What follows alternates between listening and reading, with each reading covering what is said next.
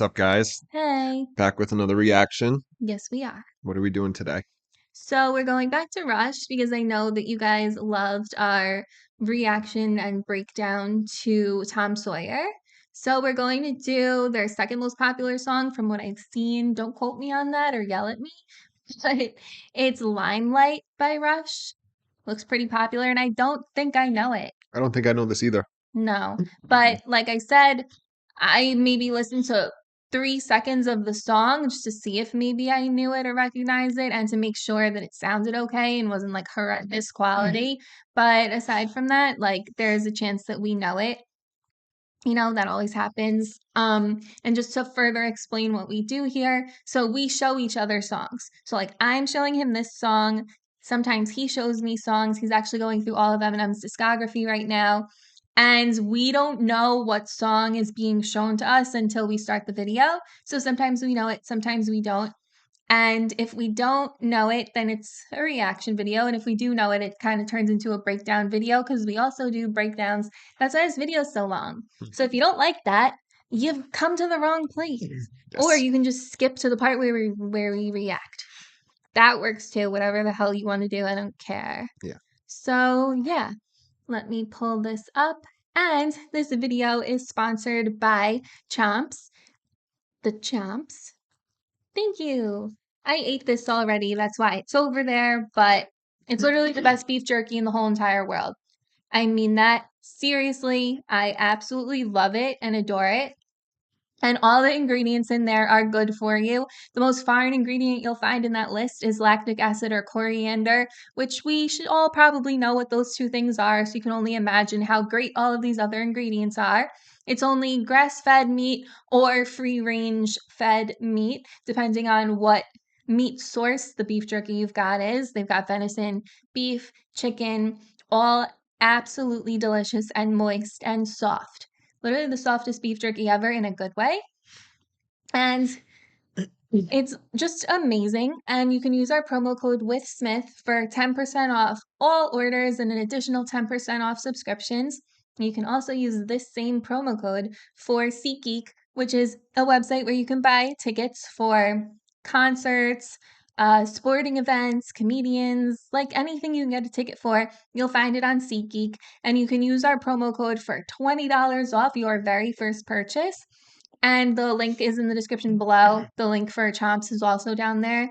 And we love SeatGeek. We actually used them before we were sponsored by them. And everything was electronic. We bought the tickets on our phone. We showed our phone at the door. No paper, no nothing you gotta lose or worry about. And it was just an incredible experience. And I would 110% do it again. And again, link for that's in the description below. And check out our Amazon storefront. It's got a bunch of our favorite things in there, like clothes, toiletries, like literally anything. And there's some good sales on those items. And that's in the description below as well. Like and subscribe if you'd like to. And follow us on social media channels if you want to.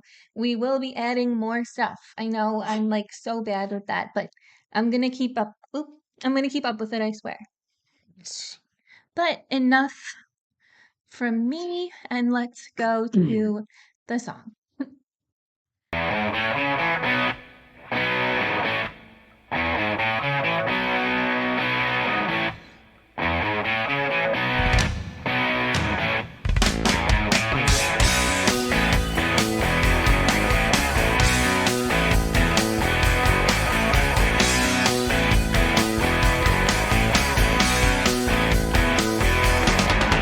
Living on a lighted stage approaches the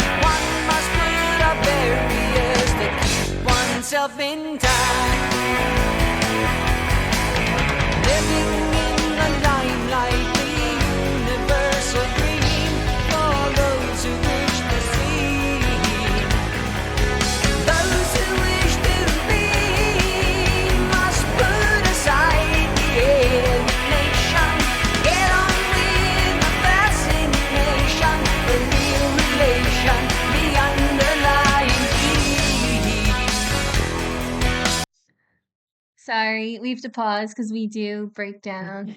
Sounded like a good place to pause. Yeah, I don't know the song, obviously, so I don't know if it is a good place to pause or not. But it's so funny. Once the song started, I was like, do I know this? It almost started sounding like I knew it. And then as it progressed on, I was like, no, I don't know this. Yeah, I don't So know it this. reminds me of something else, the beginning of the song. Yeah, I think I I know don't what you're know what talking about. I though. can't think of the name of Because his. it's not Tom Sawyer. It's It's like the very it's the different. guitar. There's something about the guitar. And the instruments, like the guitar, this is amazing. It sounds so good. Yeah, I was like so zoned in on his voice. The tone of his voice is so unique. Yeah, his voice is really cool. I love it. But also, like, the music in the song is amazing. Yeah. I was like, oh my God, this is so good. So let's break it down. Living on a lighted stage approaches the unreal for those who think and feel in touch with some reality beyond the gilded cage. So I think he's talking about being like a famous rock star, like a lighted stage, like when you're Hmm. performing, and how like it's an unreal experience. Um, so saying in touch with some reality beyond calls it a gilded cage, kind of like they're sort of like separated from the rest of the world if you think about it because they're famous. I mean, you're never really going to live a life the way like the average person does. So that's what I get from that. So I got two things to say about this. One on the gilded cage. So a cage is not a good thing. No. So you're encompassed, you're trapped, but it's gilded. So it's like Yeah, talking about that, which we hear a lot with Eminem, even. it's like privileged, it's expensive, But but there's it's, downsides. yeah, So the in touch with some reality. So the sum. celebrities. No, no. So is he saying when the word some doesn't mean I'm in touch with portions of reality and not others, or when he says some reality, meaning like a celebrity reality? Do you know what I get? Do you get what I'm saying? The I think what difference? he's saying is he's about as in touch with reality as one who is famous can be, Yeah. which So is not going to be a whole, not 100%, so just that's for sure. portions of it, right? Yeah, like as much as Interesting. they could be. Yeah. They're not completely up in the clouds like some celebrities, but like, you know, they're a little Yeah. down to earth for being a celebrity and a Yes. rock star, Gotcha. is what I take. Cast in this unlikely role, ill equipped to act, with insufficient tact, one must put up barriers to keep oneself intact. So, unlikely role, not everyone's going to be a rock star. So, like, if you happen to become a rock star, like, it's pretty rare. Like, you are like winning at life. Yeah. Ill equipped to act with insufficient tact. So I don't know what he's referring to. I don't know if he's saying like he doesn't know, like he feels like he wasn't ready for this.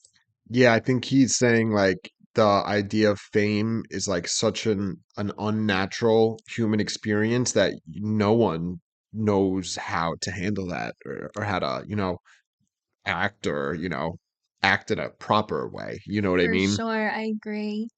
And then one must put up barriers to keep oneself intact. I mean, if you are a YouTuber, like you can resonate with this final sentence. People are going to hate you. People are going to love you. People are going to talk shit about you. You're going to see a lot of it. So you have to be able to protect yourself just so you don't let it get to you or upset you or hurt you. Like, for example, whoever's watching this video probably isn't familiar, but Ariana Grande used to deal with that a lot. Like, she would let everything that people said about her in comments on like Instagram and things get to her.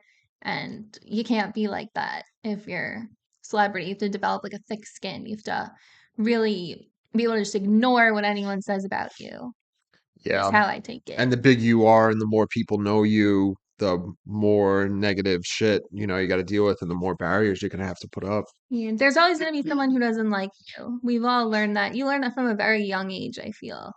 But sometimes it's just hard to hear the negativity because then it forces you to take a look at yourself and maybe some of your own shortcomings and such. Hmm. Um, so this was like I think the chorus, maybe. I'm assuming because it has the word limelight in it. Yeah. Living in the limelight, the universal dream, for those who wish to seem, those who wish to be, must put aside the alienation, get on with the fascination, the real relation, the underlying theme. So, being famous, everybody many people want to be famous. I wouldn't call it a universal dream. There are definitely people who much rather be super wealthy and not known than famous. Is the word seem or seen? Because it did sound like he said seem with an M, but is it the universal dream for those who wish to be seen? Oh, Do you know what I I mean? wouldn't know. You might have to look that up. Um, I'm gonna look it up. but then for those who let's pretend it is to be seen, or for those who wish to seem To something, look, seem to like appear something. to be famous. Yeah, or those who wish to be must put aside alienation. So you will be alienated when you're famous and known like that, because even you could have like a million people around you, but most of them are just around you because you're someone. So it gets kind of alienating. You don't know who is your real friend or who you can really trust in that situation, who's really looking out for you and who just wants to be there because of who you are. And It is seem with an M. okay, so that makes sense. And then the real relation, the underlying theme. Um, I guess the point is to, at least find real relationships, I guess is what that's alluding to, maybe. Yeah, And then I think we went up to here. Or we're did at I? 120 something, 27 maybe. Okay. So we will get back to it and let's go.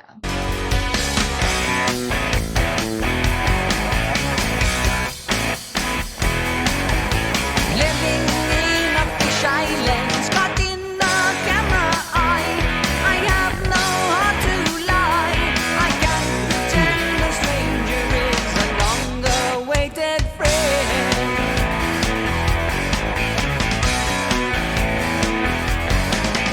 All the world's indeed a stage. We are merely players, performers and portrayers. Each another's audience outside the gilded gate. Living in the limelight, the universal dream for those who wish to see. Those who wish to be must put aside the alienation. Get on with the fascination, the real relation, the underlying theme.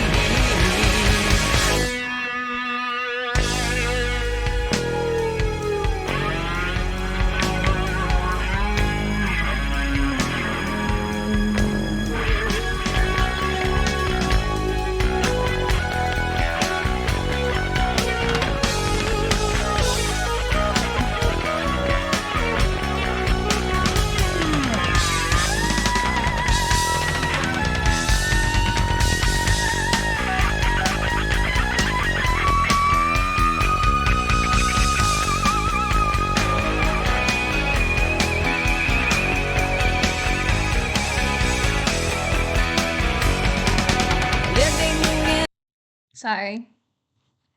Second pause. Final pause. Yes.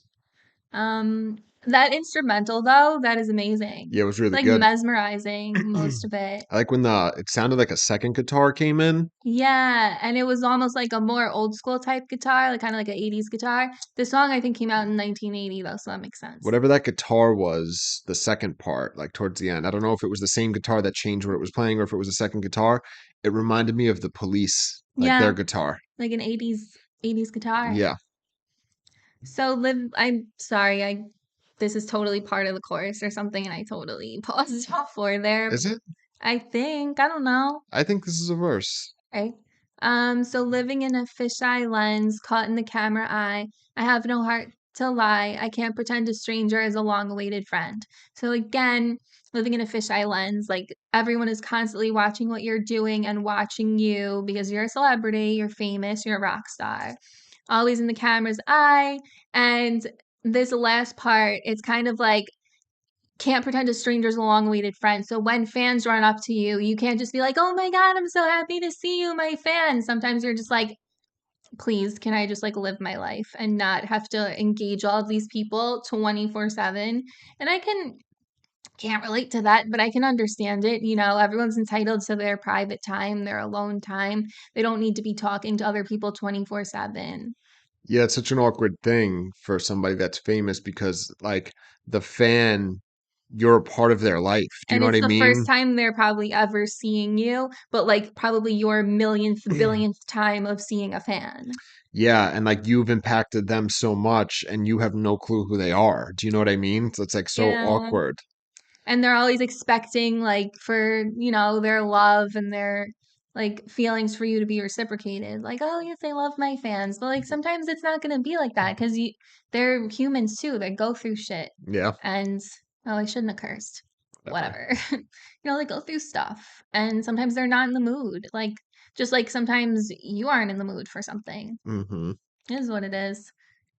You can't take it personally. Yeah.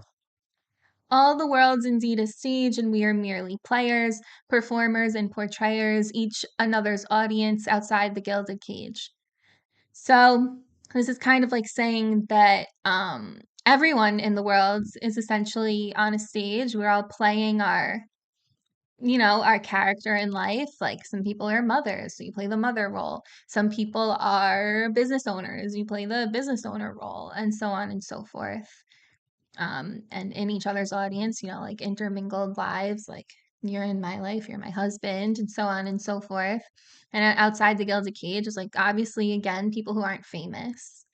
Yeah, so this is a Shakespeare line. Or the Yeah. world's a stage and we are merely play. It's in the big book. It's in the big book.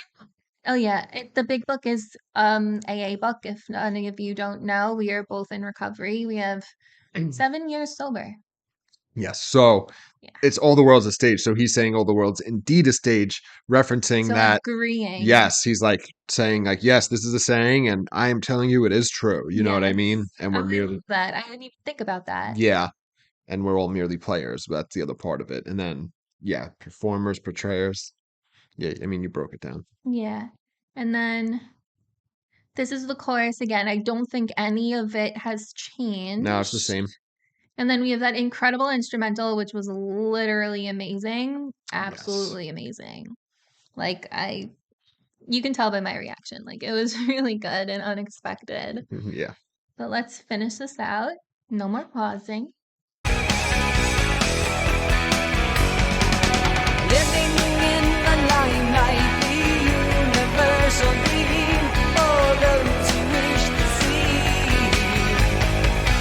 Those who wish to be must put aside the alienation.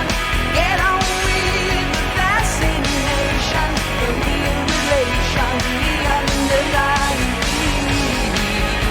The real relation, the underlying theme.